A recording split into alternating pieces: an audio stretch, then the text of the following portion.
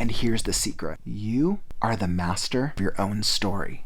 If you've written a story, a chapter, a section, a sentence, or even a word, I want you to appreciate yourself. Writing takes work. You've already started the process and you are doing a great job. I'm Kaufman, and I'm on a mission to change your world because writing can be such a process. And I get it. It takes time, it takes effort, and it takes consistency.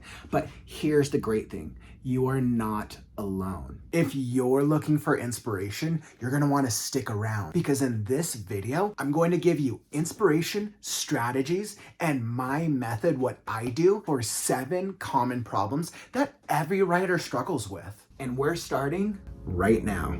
Are you struggling just to find time to write? You might be busy with life, with work, with school, with family, with trauma, but I want you to know you're doing amazing. Don't worry. If life is really hard and you're still trying to find time to write, maybe all you need to do is you just need to go out and try something new. Maybe you just need to go find a bunch of deer to play with. Or maybe you just need to start like a new story. Maybe because you've just been so busy, you haven't really been able to figure out what's that next thing that you really need. If you need to learn a new technique or join a new writing community, that's all right. It's part of the process. Be kind to yourself. By the way, if you're looking for more writing inspiration and advice, tap that subscribe button because you'll be alerted when I come out with new writing live streams, videos, and shorts to give you motivation and really help you become a better writer when you need it most, when the struggle is real. If you're struggling with editing a story, don't worry. You're doing a great job because the fact that you made it through a single draft of your story to begin with puts you so much farther ahead than so many other writers out there. Now, here's the truth. Editing, sometimes it can take time, but this is an easy strategy to help make the editing process faster for you. Whenever you have to edit a section of your story, break it down section by section. Now, as you're editing, ask yourself, what is the main problem that this needs to be solved during this editing portion of the story? Put your characters and your plots and like the things that you love about storytelling, put that on a big whiteboard or on a computer screen so that way it's always visible to you. Now ask yourself, what is the number one problem that needs to be solved? The way to make it fun and easy is to leverage the creative side so you're still having fun using that creative energy at the same time that you're having to problem solve and edit down the technical side of it. By balancing out the creative side with the editing side, you're going to make it such a smoother experience for you, and then down the road you're less likely to burn out. By the way, I actually do this technique every single Saturday on my Kaufman Writes live stream. I do the critique process, but I'm having fun with it because I get so invested in the world and the stories of the submissions that you send to me. If you're really looking to take your story to the next level, I actually offer editing services as well. I'll drop the package below so that way you can check it out yourself. If you're struggling with finishing a story, try this. But first, congratulate yourself because just by writing and getting as far into a story as you did, you are so much farther ahead than so many other writers there. Be proud. What is the very beginning of your story? What's the starting point? And then ask yourself, what is the perfect ending point for the story? It should be the exact opposite of your character journey.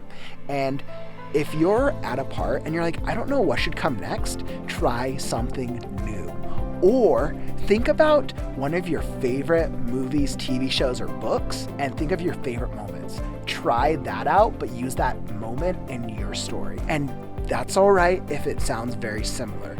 In the second draft, you're going to change it and mix it up so it's going to sound different, but you start off with a base of something that works, and then you can adjust and fix as you go to really better match your story. Is getting feedback for your work a huge problem? Every single time people respond to your story, you're always thinking, oh, you know what? Now it's really bad. I don't like it. I knew they were going to say that. Feedback is all part of the process. If you really want to improve your story, start by changing your mindset. Ask yourself this: if I want my story to get better, how will it improve if I don't get honest and real honest advice from people? When you go into a critique experience, or you go into receiving feedback from a friend, another writer, or an editor, reframe your mindset and assume that all feedback is valuable. Assume that everybody is coming from the standpoint that they want to help you improve your writing. If you go into any feedback experience with the expectation of they're giving up their time and helping me to improve my story, regardless of the feedback, you will be making the process so much easier. And here's the secret: you are the master of your own story. You can take all of the feedback you want, you could take none of the feedback, and the great thing is, at the end of the day, it is your story. Sometimes feedback that is given to you isn't actually going to be what's most beneficial for your story. You are the one who gets to decide what works for you. You are the one who gets to choose what feedback to take and what feedback to give up. You have to keep in mind that feedback is subjective. Whenever I'm getting feedback from my story, what I do is I list all of the feedback that I get, and then I line it up side by side with my goals for my story, my character development, and the world and the plot and whatever the feedback is. And then I ask myself, does this feel like it improves my personal goal for this element of the story, or does it make it worse? Therefore, since I'm keeping my goals in mind, it gives me another opportunity to really challenge, is this feedback helpful or is it making it worse? Are you enjoying the video? Tap the like button and let me know that you're really getting value out of it. If you've written a lot lately, you are doing a great job, but you might be the victim of overwriting. Don't worry, this happens to the best of us. You could have been working on a story for days, weeks, months, or maybe even years. Sometimes even the best writer needs to take a break from writing, and that is all right. But here's a pro tip: be intentional with your break. If you're gonna take time off, be like, all right, I'm going to take 2 weeks off, and then in 2 weeks, I'm gonna start on a new story. You need to give your creative brain just some time to rejuvenate, and then maybe you can go find something to occupy your time. And that way, then you can start working on it for the next year, and you'll have that bestseller in no time. Are you worried that your writing sucks? What makes you believe that? What leads you down that path? A lot of the times we're overly critical of our work, and that can be both a good and a bad thing. It's great because we need that overly critical part of our brain when it comes to editing and refining and really upping our game. But it's a bad thing when we get it to a certain level and then we keep telling ourselves, oh, you know, this isn't as good, because you're used to reading published work from published authors who are at much different stages in their journey. So this is what I recommend. Go find one person out there to read the section of your story that you're really worried sucks. Make sure that it's not a friend or a family member, because they're more likely not going to give you accurate feedback because they won't want to hurt your feelings. Go find a writer or another writers group and make sure that you tell them what your expectations are in terms of what type of feedback you're looking for, and then you're more likely to get some type of analysis of your story, and then you'll actually have realistic evidence on if your story sucks or not. And here's the thing: if your story has an opportunity, the great thing is you can always improve. The best writers out there, they took time to refine their work. It wasn't just overnight. I totally believe in you.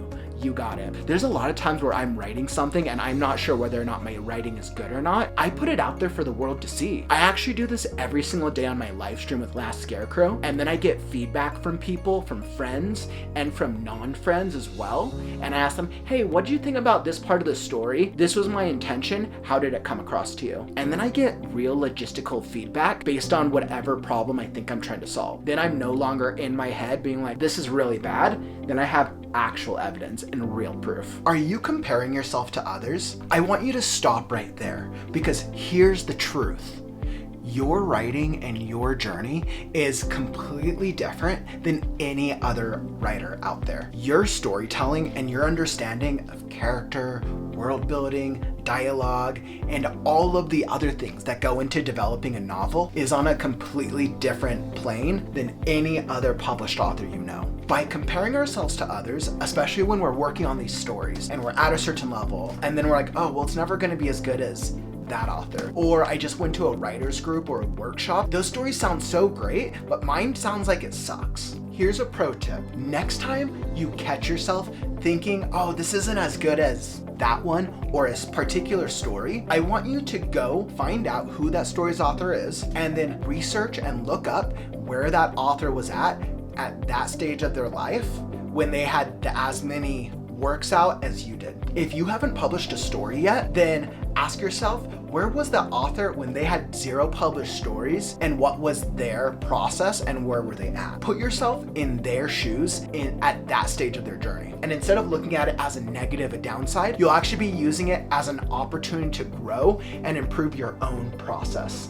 And then the next time you compare yourself to others, you'll be like, you know what, this is actually a good comparison. Why do I auto default that it has to be a bad comparison? Whenever I find that I'm comparing myself to somebody else, I actually go and search up my earlier stories and I find my absolute worst piece of garbage story ever. And then I'm like, yeah, this is really bad because of this, this, and this. And I know because I got feedback. And then I start laughing at myself. And then I go look at my best written piece. Yeah, this is really good. And I like this because of this, this, and this. Now what I've done is I've reshifted my mindset and I've compared myself to 2 different stages of my own journey. And it gives me perspective that I'm comparing myself and in a race with me, myself, and I.